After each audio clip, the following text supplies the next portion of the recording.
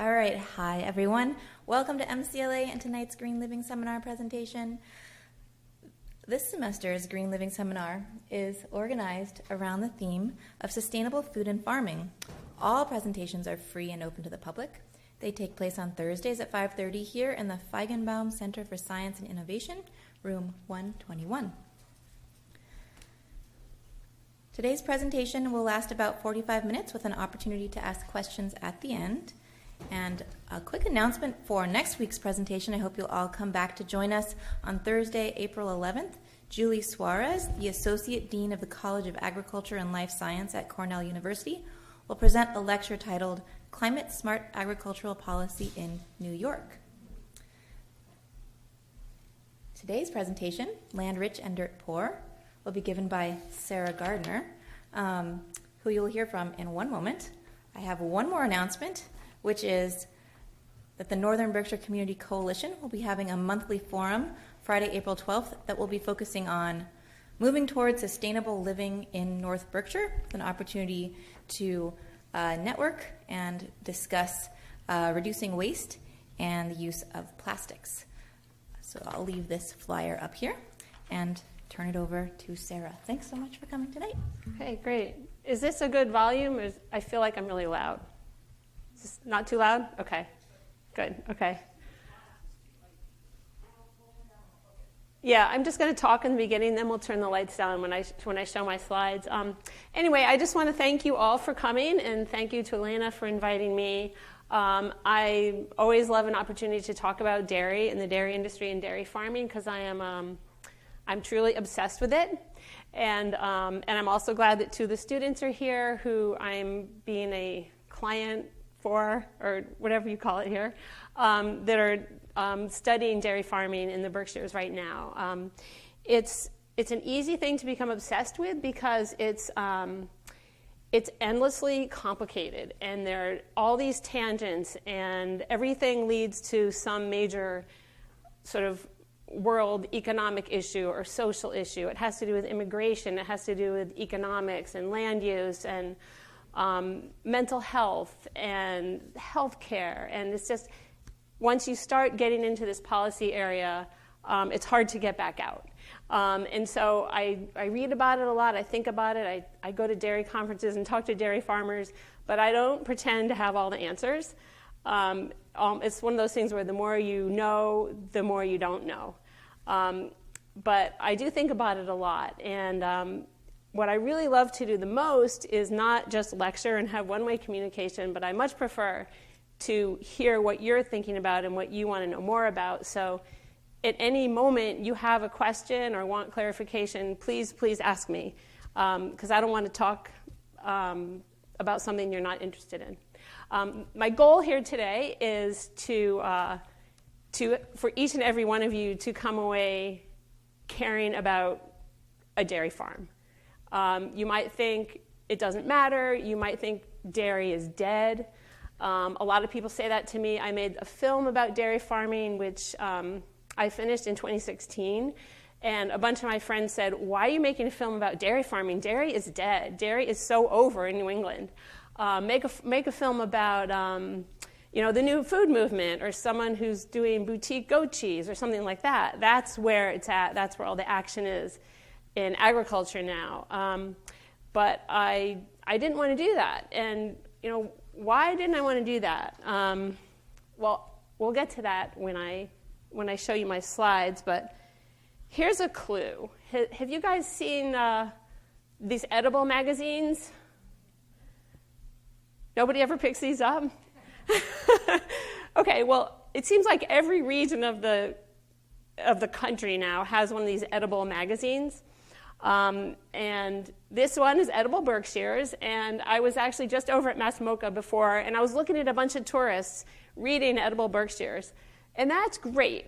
Edible Berkshires is part of this edible series, and it's all about the fascination and the, almost one might say, glorification of the new food movement and artisanal growers and these new small-scale food producers, which is great. I'm all for it. But when you go to an area and you pick up one of these magazines, you think that this defines agriculture. Okay, you think that agriculture is, you go in here and there's like, it was actually mostly recipes and restaurants. And there's very little in here about local growers, actually. And do you think there's anything in these edible magazines about dairy farms? Why not? Not sexy enough. Well, that's true. Yeah, it is not a sexy topic. Why else wouldn't it be in this local food magazine? Anybody? Yeah. Well, people want this sort of glorified Berkshire idea. Like they see, these nice New England pies, and dairy farms just not this really glorified thing they think about. Right. It's right. It's not a nice New England pie that you can eat. And you can't meet the dairy farmer at the farmer's market. You're not going to meet them at a farm-to-table restaurant. You're not going to meet them anywhere, actually, because they're working all the time. They're working 12 hours a day on their farm. They're not going out. They're not dealing directly with the public. They are selling wholesale. It's called shipping milk. They're shipping milk. It's getting picked up by the milk truck, and it's leaving the farm. They don't have time to go to the farmer's market and sell you anything, and they don't, for the most part, have anything to sell you anyway because they're shipping wholesale. Okay? They're producing milk for the consuming public. It's not an artisanal product. It's not a specialty product. It's what everybody gets. You pick up at the Mini Mart or the Mobile Mart or Cumbies or Stop and Shop or Big Y or wherever you shop. That's who they're making food for. So they're not glorified. And just like she said, you're not going to meet them. And so this is a real problem. This is one of the 27 obstacles facing dairy farmers in New England right now. This is a cultural divide, really, between the new young farmers that everybody wants to embrace and wants to give grants to, and we love them. They are awesome, except that these guys, the dairy farmers, are really sort of getting the shaft. So that's a little summary of why I'm obsessed and why I hope that you will come away obsessed a little bit. Does anybody here know of a dairy farm nearby? Yeah? Which one? Zimba's and Adams. Yeah, Zimba's and Adams. Okay. Anybody's? Yeah? Hollericks in Cheshire. Hollericks in Cheshire. Yeah, they're no longer milking cows, but they're I think the Zimba's cows graze on their land. Do any students know of any? Yeah? Chennai Farm in Williamstown. Okay, good. That's the two closest farms to here, to MCLA, are Chennai Farm in Williamstown and the Broadlawn Farm. So there are how many farms left in the North Berkshires? How many dairy farms? Sure, yeah. So there are 19 in the Berkshires. Yeah, and there's 7 left in the North Berkshires. Not a lot of farms left. So I wanted to tie this in a bit. I've been coming to most of the talks and all the ones I can get to in this series that Elena has set up. And the one that I'm most interested in is the Julia Friedgood and the New England Food Vision, because my interest in dairy farming is very tied in with that vision. And that vision is to revitalize a regional food system. The goal is to produce 50% of the food we need in New England by 2060. And so one reason that I care a lot about dairy farms, as you'll see, is that most of the farmland in New England is owned and managed by dairy farmers. So what I want to get to by the end of this talk is to persuade you that it matters a lot that we keep dairy farms viable, because if we lose them, we lose our land base, and if we lose our land base, we lose any capacity to produce our own food, which could be a real problem in the future. So I'm just going to start out by being depressing, and then I'm going to get going to go through a little bit of history, and then I'll end up on a slightly more hopeful note at the end. Does that sound good? And please ask me any questions as I go along. I want to start out, don't make it dark yet, because I'm going to read email I got from my friend on Sunday. I check in with her about once a week because she is an agricultural attorney working in upstate New York. So I just want to read this because I want you to get the human side of the dairy crisis that's going on right now. And I think I didn't ask her, I did ask her if I could read this, but she didn't write this to me because I was giving a talk and I was going to read it. This is just kind of the sort of thing she sends me all the time. But I think it puts it in perspective for you. So she said, I've never seen anything like this. I was depressed on Saturday from my work week of dealing with nothing but trouble.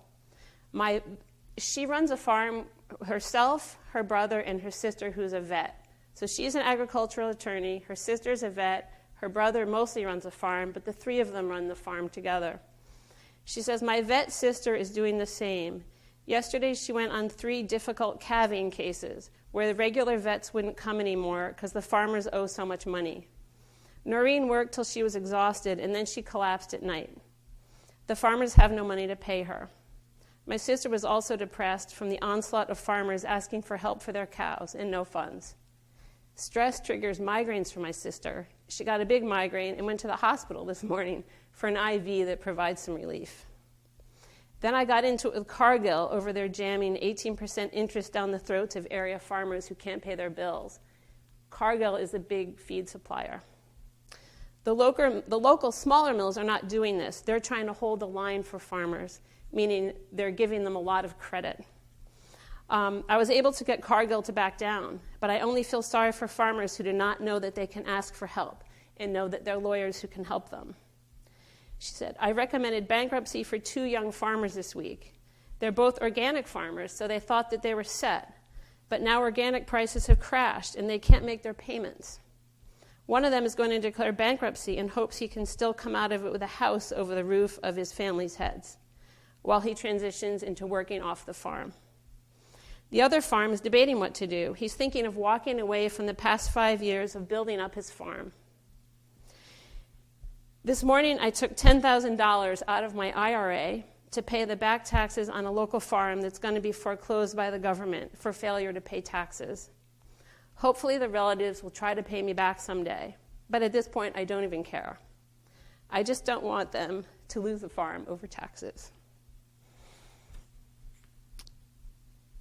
So does that put a bit of a human face on the suffering that's going on right now? So what really motivates me to study this in the food system is that there's really a great injustice going on right now, which is that the people who feed us, who work really hard to feed us, who own the farmland, who have to pay taxes on the farmland, right now, especially in New York State, they can't even afford to buy groceries. These people are living in poverty. So it's a really bad situation, and hence the title of my talk. So that's as gloomy as it will get.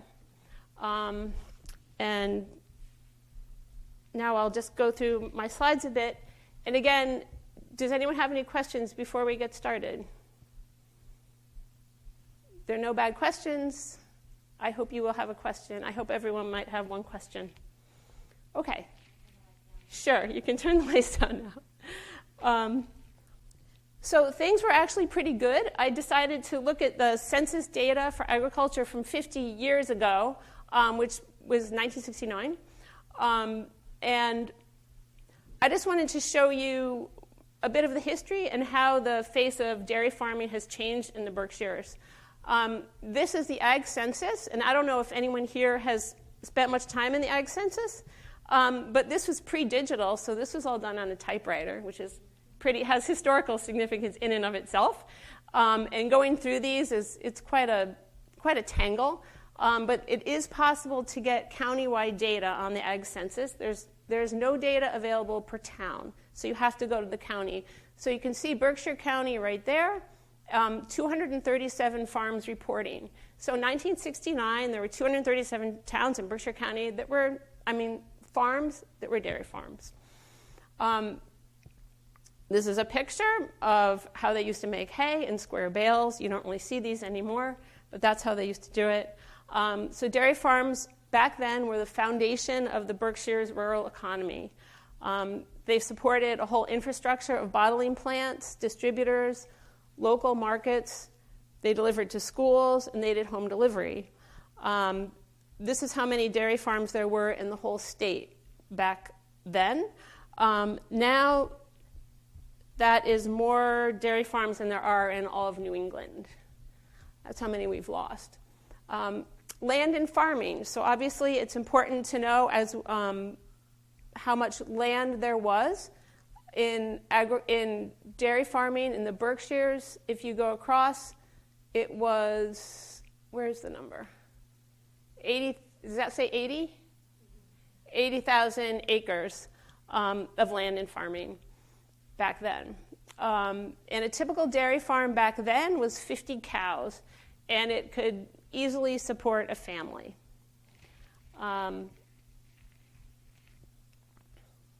In the film, actually, I wanted to start with the film, so we may have to go back to that. In the film, there's a farmer whose family was farming in the early 1900s who said they supported a whole family on 12 cows.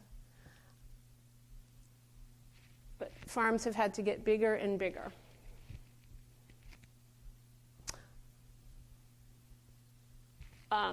So through the 1960s, it was a healthy dairy economy here. Pretty much every town had their own bottling plant and their own dairy processing plant. So I don't know, probably the people in this room who are 50 and older probably remember that you had a milkman. That's not a sexist term. I think they were all men back then.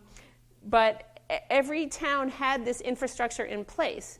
So back then, we had what a lot of us want now, which is what? What did we have? We had the farms in the town making the milk. We had the bottling plant making the milk. We had the milkman bringing the milk to your house. We were consuming the milk in the town where the milk was being made. So what is that? Yeah, that's local. That's a local food system. And that's what a lot of us are trying to get back to now. So what's interesting is that we had that not that long ago. And we had it most recently for dairy. Modern dairy. This was in North Adams. This was a big dairy in North Adams. I'm sure some of the older people in the room remember it. What kept the dairy farms strong and also kept the rural economy really strong in New England was that we have population centers. So we have the cities, we have Hartford, New Haven, Boston, and there was a milk trains. Before there were refrigerated cars, they used ice, but the milk was transported to the population centers. And this money went back to the rural economies and kept them strong. Milk is still, I should add, New England's biggest local farm product. So while there's been a lot of decline, it still is the most important form of agriculture in New England. So we've had a downturn.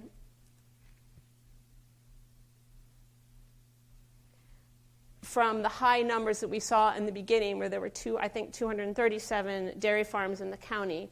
The numbers have declined a lot every decade, to a gradual decline. As you see from the blue handout, now we're down to how many? Okay, right. So now we're down to 19 from 237 in 50 years. So what is going on? What happened? What went wrong? A few things happened. One thing that especially affected the dairy industry is that health and safety regulations went into effect in the 60s, requiring farms to have a bulk tank. So I showed you earlier the picture of the milk cans on the train. They had to move away from milk cans to these giant refrigerated tanks on the farm to keep the milk cool. So about half the farms went out of business when that regulation went into effect. And so what happened to the remaining farms? Most of them, if they could, they would buy up the farmland from their neighbors who went out. So farms got bigger, more cows, more land to feed the cows. And then there was still a gradual decline through the 70s, and then there was another huge number of farms went out in 1986 with a dairy buyout. I think I might explain that a little bit later, but the dairy buyout was a program, a federal program, to buy out dairy farms because there was an oversupply of milk. So the government would buy you out, and then you had to promise that you wouldn't produce any milk. You wouldn't milk any cows for 5 years. It was a way to manage supply, and it worked briefly, but then the numbers went back up. So a lot of farms were lost, and livelihoods were lost, and farmland was lost because of that. The other trend is that after World War II, before World War II, most farms were diversified. They called it all-round farming. So people would milk some cows. They would also have chickens. They would have vegetables. They would sort of be, a lot of people produced everything they needed, and you could buy it locally. What happened after World War II is that farming got mechanized. Big tractors. So you see the little farmer and the little tractor going downhill. That's the small farms, fewer and fewer small farms over time, and more giant farms over time. Get big or get out is a famous line. Anybody know who said that? That was Earl Butz, the Secretary of Agriculture. He was twice the Secretary of Agriculture, but he was a great proponent of agribusiness, factory farms. His whole shtick was, it's more efficient to have giant mega farms. You should plow hedgerow to hedgerow. You should use every bit of land that you can, benefit from economies of scale. There was no concern about conservation or erosion. There was no thought of ecosystem services or crop rotation. None of that was in the picture at all back then. The goal was to get bigger and bigger so you can use this huge farm equipment and produce massive amounts of food to feed the growing population. And that's exactly what happened. And so the average farm size is up here, and smaller farms are mostly the farms in New England. This is especially important for New England because we have less land. The land here costs more. The farms here tended to be much smaller than they do in New York State, in Ohio, and farther west. So this was the beginning of the decline for New England's farms. So here are the farm numbers, a decline. The 237 in 2012, we're down to only 32. Then we had the dairy crisis of 2018, and then we're down all the way to 19 now.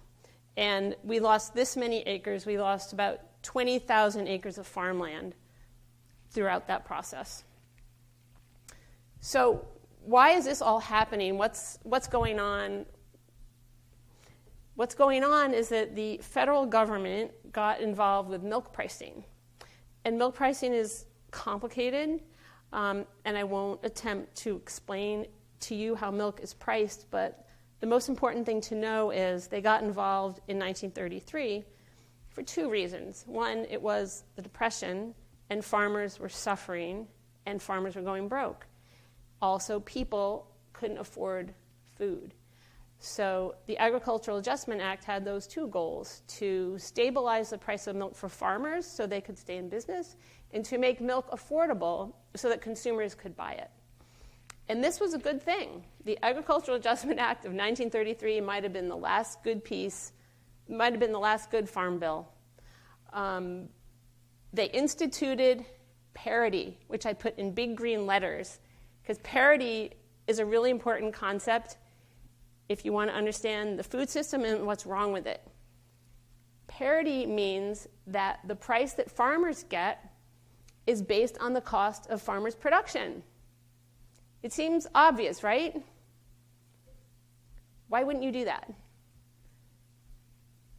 Well, it was considered radical at the time, and now it's considered completely radical because it's against the free market, right? We have a free market economy, laissez-faire and everything, right?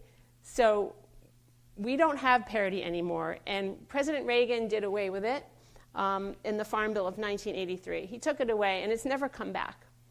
So all these farm declines that we've seen over the years are really, it goes right back to the milk prices. And we lost parity for many other commodities also, not just milk. So there's no connection between how much it costs a farmer to make the item and how much they get for it. This is a great chart. I'm sure you've seen this chart or charts like it. But it shows when you spend $1, how much the farmer gets. What's especially interesting about this one is it's just the difference between 2014 and 2018. So you can see the huge declines in the income going to farmers in that short period. So we had a dairy crisis in 2018, and it's really still going on now. We had a record number of farm foreclosures. You see in Vermont, 61, New York, 160. Look at Wisconsin. Wisconsin's the second biggest dairy state. Anyone know what the biggest dairy state is? No, Vermont's a really good guess. Anybody else? It's far west. Very far west. Yeah, California's the biggest dairy state. Interesting about California being the biggest dairy state is that they are in drought most of the time. So they import pretty much all of their feed to California. So just a side note there, that it's a lot more environmentally sound to produce milk in New England, where we have rain that waters the grass and the cows eat the grass, than it is to produce milk in California, where all the feed, for the most part, is brought in from somewhere else and fed to the cows. But that's just an aside. So the dairy crisis of 2018, where we lost so many farms, and we still are losing so many farms, what is that about? The main thing, again, is back to prices. So farmers started losing money every month in 2014. So you can't lose money every day for 4 years and keep farming. You can't pay your taxes. You can't eat. The milk prices are $16 on average during this 4-year period. That's what the farmer's getting. It costs them about $22 to make 100 pounds of milk. Milk is measured on 100 weight. Also, declining markets. Our milk is exported to China and Mexico and Canada. It was.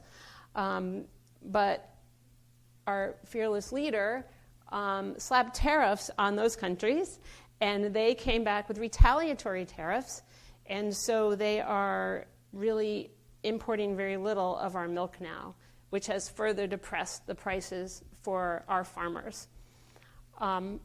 Also, we have big milk. You all know about big ag, right? Big ag, mega businesses, multinational corporations that are buying up all these small producers. Well, we definitely have that going on in milk. I said in the beginning, we used to have a lot of different processors all around, and every town had their own processor or their own bottler. Well, a few big milk companies are trying to control the whole milk market in the country. And the biggest one is Dean Foods. Dean Foods, I think right now, controls about 85% of the whole national milk market. And they go around buying up smaller processors. Most recently, they bought Friendly's, which was a Massachusetts company. So you may not feel good about eating Friendly's ice cream anymore. And they bought up a dairy processing plant in Lynn, Massachusetts, and then they closed it. So this is what they do. They buy up smaller plants, and then they shut them down. And that's how they're going to achieve their 100% monopoly over the milk market. And they're doing very well at that. Another thing that happened in the dairy crisis is the vegan plant milk lobby really got going, and they are doing very well with turning the public against milk. So those are some of the obstacles that farmers faced that drove them out of business in 2018. And as you can see, farmers, dairy farmers very rarely make enough money to meet their cost of production. See, almost, what year is that first year? 2010? They never do. Never in this whole chart have they gotten enough to cover their production costs. But they got pretty close right about here. And they all talk about 2014 as this wonderful year when things were so good. And look at it. It's not that good. It's like maybe in 2014 they started paying off some of their debt. That's probably about as good as it got. This about suicides is a big issue because the thing you have to understand about these farms is that most of them are generational farms. So a typical dairy farm in New England has been in the family for anywhere from 5 to like 12 or 13 generations.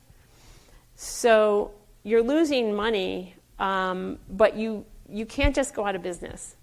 The farmers who are still farming have this strong sense of dedication and sense of tradition, and they don't want to go out of business. So they're losing money. So you might ask, how do they live? How do they keep going? And on the slide I just skipped away from, dairy farmer suicides, there were a lot of them during this recent period. And there was a famous, they got national press that Agrimark, a New England co-op, sent out information about the Suicide Hotline in their milk check in 2018. And a lot of people were upset about that, but it was actually not at all a bad idea because there were so many suicides. Because there's not many other ways to get out of farming. So if you're in debt and you're farming, you can't even sell your farm to get out of debt. You have to go into more debt to pay off all your debt so that you can even afford to sell your farm.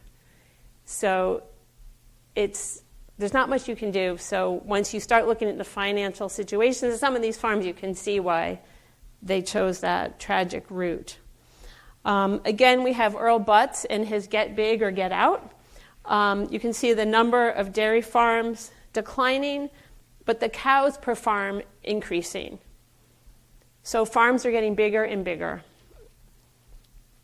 And what do farmers do what happens as you get bigger and bigger? You can see here that the blue bar is the cost to make milk, and the green bar is how much you make on your milk.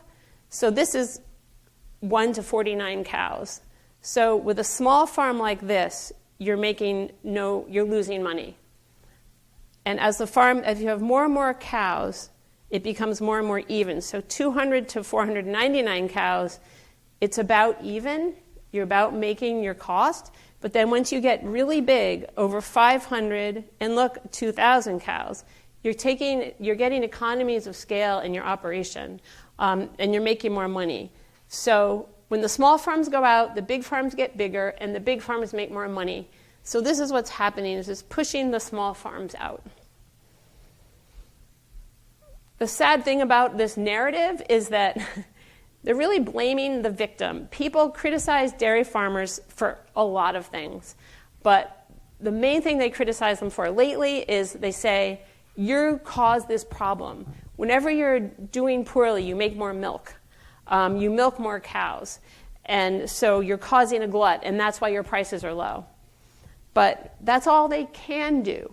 All they can do is milk cows. So when they're going broke and they need money, that's their only option. They don't really have any option. It's really not their fault.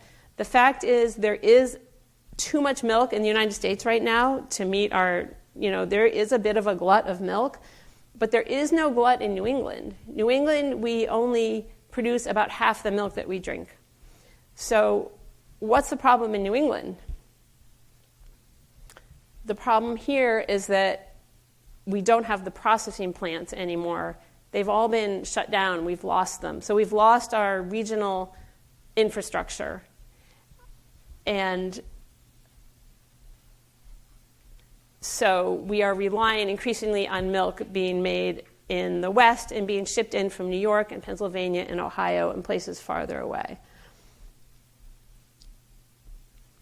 And as I'm sort of going through the obstacles or the hurdles that hit dairy farmers in 2018, again, this is what's happening in a lot of other industries as well. But a really low point happened in 2018 when Walmart had this big announcement that they were entering the dairy processing business. So Walmart's goal is to vertically integrate the dairy industry. And that means they want to control the farms, they want to control the bottling plant, they want to sell all the dairy products in their own stores. And so it's just going to be a Walmart monopoly. That's their goal. So they put a lot of dairy farmers lost their contracts when Walmart came in Indiana, and Walmart's hoping to do that everywhere. And it wouldn't really be fair to talk about the dairy crisis without mentioning the labor problems. I know you've all been paying attention to what's going on with immigration and Trump's immigration policy, but it especially hurt New England dairy farms because all commercial farms for the most part, rely on migrant labor at harvest time, but farms that are seasonal can get guest workers, which is legal. But dairy farms work every day of the year, so they can't do that. They need permanent labor. And there's a shrinking pool of migrant workers, and they are living in fear now and definitely laying low and being in fear of being deported.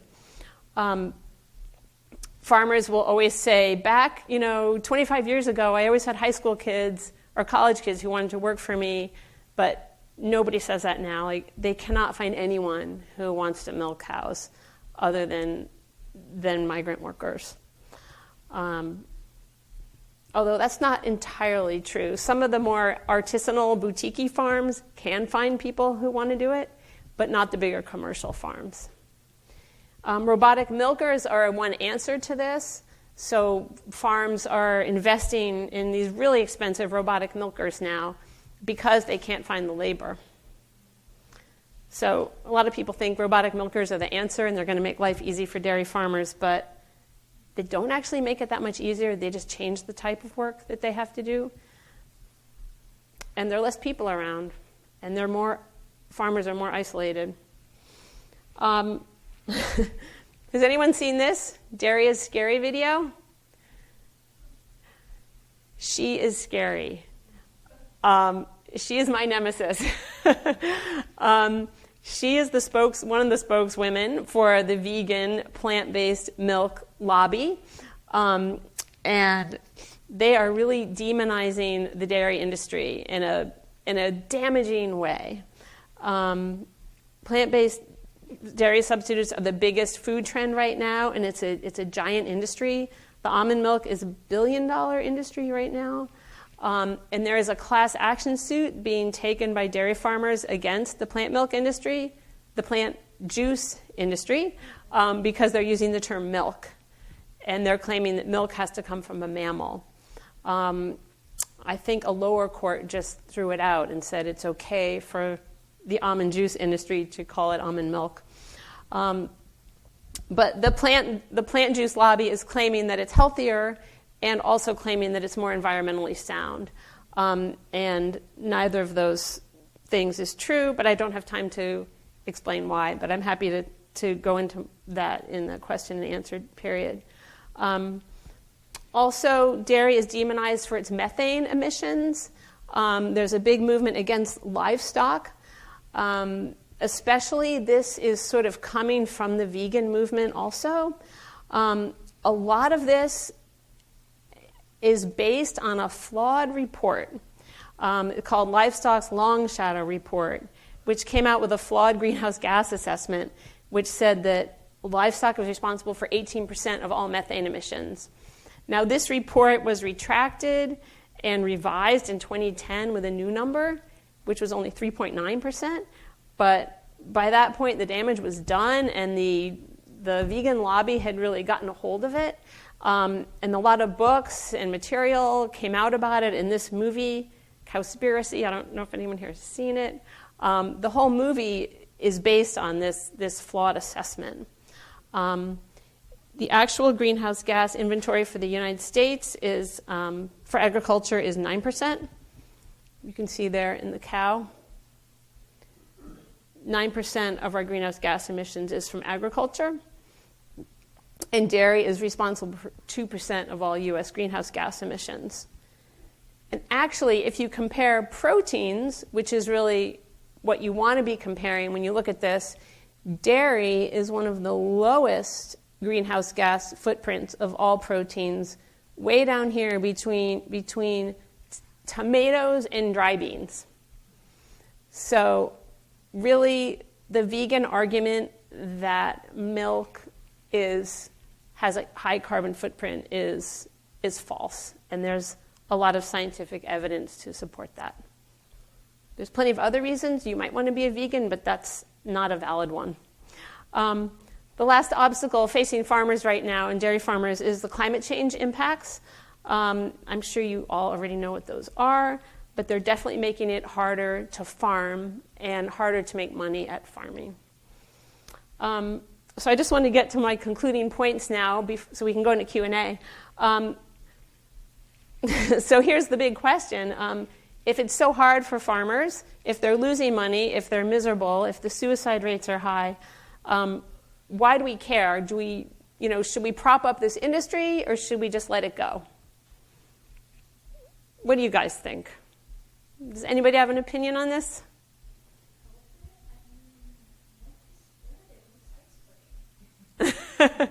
Milk is good. It makes ice cream. Is there any point in keeping it here in New England, or should we let it happen somewhere else? If we're transporting our milk in, that's way more carbon in the transport cost, but if it's coming from closer, it's less carbon costs. Yeah. Milk is heavy. It's big tanker trucks. It's a lot of fuel to move it around. It definitely makes sense. And your point is very good, because that's one reason it still is the main food product produced in New England, because it really makes sense not to transport milk across the country, right? So that is one very good reason to keep it here. But here are a bunch of other reasons why it makes sense to keep our dairy industry, I would argue. The farmers, we want to keep the farmers around because they know how to farm. They have the skills. Most of us don't know how to farm anymore. I don't know about you. I try to grow food in my front yard, and woodchucks eat it all. It's really hard to raise food. The rural economy, a typical New England dairy farm puts $1 million into the economy every year. Because they're using all these local services and they're putting this milk out into the local economy. A typical farm has 114 cows. Each cow generates $13,000 a year of local economic activity in the town.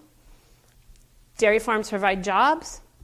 They support families. They hire employees. Dairy processing is a $500 million industry in Massachusetts.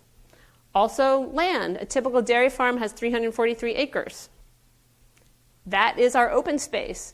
Tourists come here for open space. Tourists don't realize, half these tourists are probably drinking almond milk. They don't realize that all this open space and this pastoral landscape, why is it there? Why is that open space here in this area? It's all being dairy farmed. It's all managed by a dairy farm for pasture or hay or corn. No other type of farming is managing big swaths of land like that, except if it's hay for horses. But for the most part, it's supporting the dairy industry. Also, it's important for the environment. It's true that dairy farms do pollute if there's too much runoff from their farms, but on the balance, if they're managed right, they're actually providing ecosystem services. And it's also, as I said, these farms maintain our land base, which is essential to our regional food security in the future. So even if you're a vegan, even if you don't want milk or you're lactose intolerant, it's important to support the dairy industry for these reasons. So back to the New England Food Vision where we started, are we getting any closer to achieving that? Is there any hope of achieving it in the future? Our population is going up to 17 million by then, so that means we need 4 million more acres in cultivation to produce our food. Are we getting there? Are we getting closer?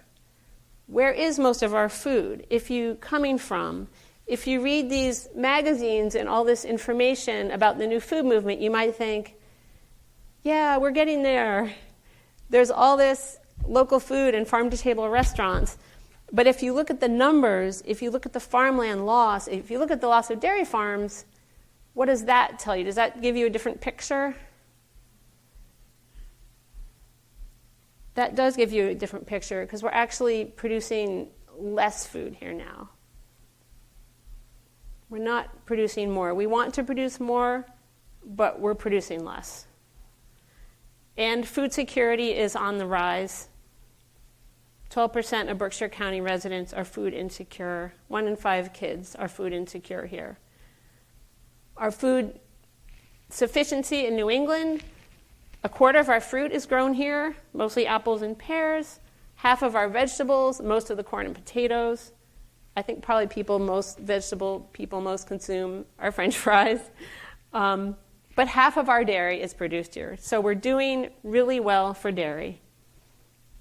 So I would argue that we should try to produce all of our dairy in New England. That's the easiest one to go for, and I think that that would make a lot of sense. This is just a study that my students did several years ago, looking at Berkshire County's land base and looking to see if Berkshire County could produce all of its own food. And we found that we have this many acres, and that we could, in fact, we have enough land to produce all our food on the light meat diet or the vegetarian or the vegan diet, but not on the heavy meat diet, which would take this much. Because a heavy meat diet requires like 1/2 of the land to produce feed for the animals that we're going to kill and eat. But of course, we're not anywhere near this because we don't have that much land in agriculture. I'm not going to go into this because I want to give you time for questions. This just shows back to Berkshire County. This is North Berkshire. You see North Adams? The red is the agricultural land that we have in the county based on farmland soils and open space. So you see it's here. Do you know where that is? Yep, Adams, Cheshire. It's that beautiful swath of farmland and that road sort of east of Route 8. And this is Williamstown. So if you look at the whole county, I already lost the other map, but most of the county is forested and mountainous, and it's not really very farmable. The farmable land and the prime farmland soils are along the river valleys and also along the highways, Route 7 and Route 8. So unfortunately, as in most places, most of the best farmland has been developed because that's also where people want to live. So I'm just going to end up with policy recommendations. We should recognize that dairy farms are our main food and the major engine of our rural economy and the stewards of our landscape. Therefore, they are the key to our future food security.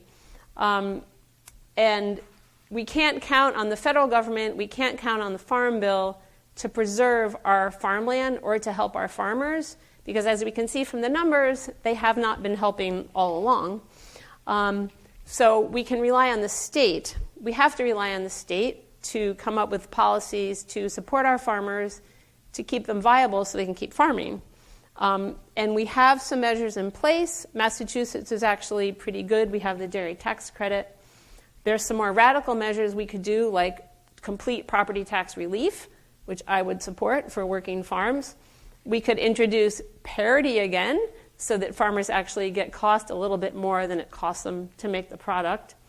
We could try to re-regionalize and have regional dairy processing plants, and Massachusetts or Berkshire branding, which I think would work well and people would buy those products. But the most interesting thing is the Canadian system. Woohoo, Canada. They do a lot of things right. They do dairy really right. In Canada 50 years ago, they decided to do supply management, which our farmers consider communist, but it really isn't communist because it isn't the government saying you can only produce this much milk. It was the dairy farmers. The dairy farmers in Canada got together and said, we want to stay in business. We want to keep our industry healthy. We're going to regulate ourselves. So dairy farmers can only produce the certain amount of milk. They can't produce more. If they produce more, they can't sell it. And this way, by limiting the supply, the farms don't go out of business. They know how much income they're going to get. Canada is a milk dairy balanced country, meaning they consume what they produce. Everything's in balance. And so the farmers have a stable income. The dairy farms up there are very clean and tidy. They have money to paint their houses and their barns, and they're doing much better. They have secure markets. They don't live in constant anxiety. And also they can retire without selling the farm. Because our farmers here, they don't have any retirement. They don't have any extra money at all. The only way they can retire is to sell their land. And then we lose more farmland. So this is just a chart that's showing in a supply-managed system, which is the red line, you don't have these volatile swings. And the farmers do much better. And the last slide I'll just mention is that there now is a movement here that started this year by the Wisconsin Farmers Union to institute supply management in this country. And this is really exciting because dairy farmers have always been against it. They've always sort of wistfully looked at Canada and say, oh, they have it so good up there. But for the most part, dairy farmers are anti-government, they're anti-regulation, they tend to be pretty right-wing. And so this is quite a turnaround now that they're getting interested in regulating themselves so that we don't lose any more farms. And actually, the Dairy Together Roadshow was in Vermont yesterday, and there was a huge meeting, and now Vermont is getting on board. So this is the exciting up note that I want to end with. And I just want to end on this very last slide saying that there are ways that you can help also, besides having a socialist revolution to help our farms. There are a bunch of local products that people don't tend to realize are Massachusetts-based or New England-based, and these are some of them. Like all the milk you buy, all the store-brand milk you buy at the grocery store is made, for the most part, from Massachusetts or Vermont dairy farms. You have Cabot cheese over there, which is also a local product. So that's all I have, and I'd love to take questions or go into more detail on anything. We have 5 minutes. Yes? When you talk most of these statistics, were they mostly about Berkshire County or were they overall nationwide? Is this more than just a Berkshire County issue? Or most of my statistics were Massachusetts or Berkshires. So comparatively, if you looked at New York State versus Massachusetts, yeah, New York would look better from what I think. The situation for dairy farmers right now is much worse in New York. Yeah, Massachusetts has the best policies in New England. Maybe the best policy anywhere for dairy farmers, so we've lost fewer farms than any other. What's the best thing to do? Than any other New England state. We have the dairy tax credit. So the dairy tax credit kicks in to give them a little bit more money when their production cost is lower than the amount they're getting. So the dairy tax credit has gone into effect every month for the past 4 years. Because every month in the past 4 years, they've earned less. It doesn't make them whole. It doesn't bring them up to cover their production costs. But every dairy farm in Massachusetts says they wouldn't still be farming if it weren't for the tax credit. If I could just ask one. Yeah. Is there a marketing, who does the milk industry use for marketing? The milk? You mean like their advertising you see, firm? the white mustaches and stuff. Oh, yeah. So, because for a long time it was thought to be healthy. And then it's gone through a phase of maybe it's not so good for you. And I'm just wondering how much more milk would be bought if it was, If they had better advertising? if in fact it's true. Yeah. Yeah, I mean, milk consumption is going down, but yogurt and cheese consumption is going up. But the plant juice industry has definitely cut into milk consumption and cut into sales. But well, every state has a dairy promotion board, and they hire advertising firms to do their advertising. And but this is a really hard one. I mean, there's statistics that say, like in Europe, it's also big in Europe right now. Like 43% of people in their 20s say that they're vegan. So it's made huge inroads, and it's concerning because a lot of it is based on misinformation. Can I ask you one more? Then we should hear from students. Somebody else got a question. Anyone? Students? Come on, students, you're studying dairy. Ask me a question. Is there any other do you suggest them to start to make different products, dairy products? And The dairy farmers? From milk? Yeah. The dairy farmers don't make any products, right? They just sell their milk, and then it goes to a processing plant that makes the product. So a lot of Greek yogurt was a big boon to the dairy industry because that was a big craze. So they made a lot of money off that craze. But one thing people are suggesting is that dairy farmers start growing something else or transition into something else to make more money. A lot of dairy farmers are interested in growing marijuana and growing hemp. But initially they thought, oh, great, I can make some extra money, start paying off some debt. But it's not that simple. Like hemp is very labor intensive. You can't just make $1 million by dedicating a few acres to it. It's complicated. Yeah. So probably they won't do that. Anything else? Yeah. So are most dairy farmers in New England now like strictly dairy farmers? They don't do other things like. They don't because a typical farm is like 150 to 250 cows, and that is very much a full-time job. But they grow all their own feed. So most of the time you're doing crop work. You're growing your corn, your alfalfa, and your hay. Okay, so that takes a lot of time. And you're milking the cows twice a day. So all that is definitely more than a full-time job. Also, I didn't have time to show the snippet of my film, but they also do all their own repairs and carpentry and electrical and plumbing and veterinary work for the most part. So they really do work 12 hours a day. So people often say to me, why don't they just bottle their own milk and like sell it in glass bottles for like $8 a bottle? Because some farms do that. And they can't do that. That's like $1 million to have a bottling plant like that. Small artisanal dairies with a few cows have that other model where they have a few cows and they'll make like fancy butter or fancy cheese and sell that. So that's a different model. That's not the model of making a lot of milk and selling it wholesale. Yeah.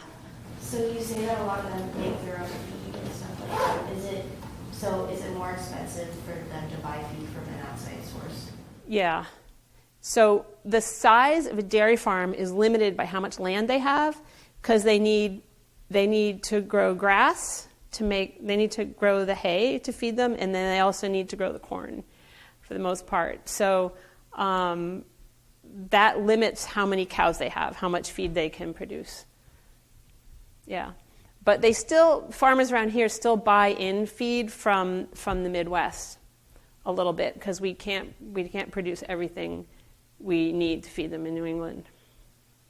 But some people say, why don't you just go to grass-based dairy or go organic? But for organic, they have to eat a lot more grass, and not every farm has enough land to do that. So each farm's a little bit different based on their land base and their abilities.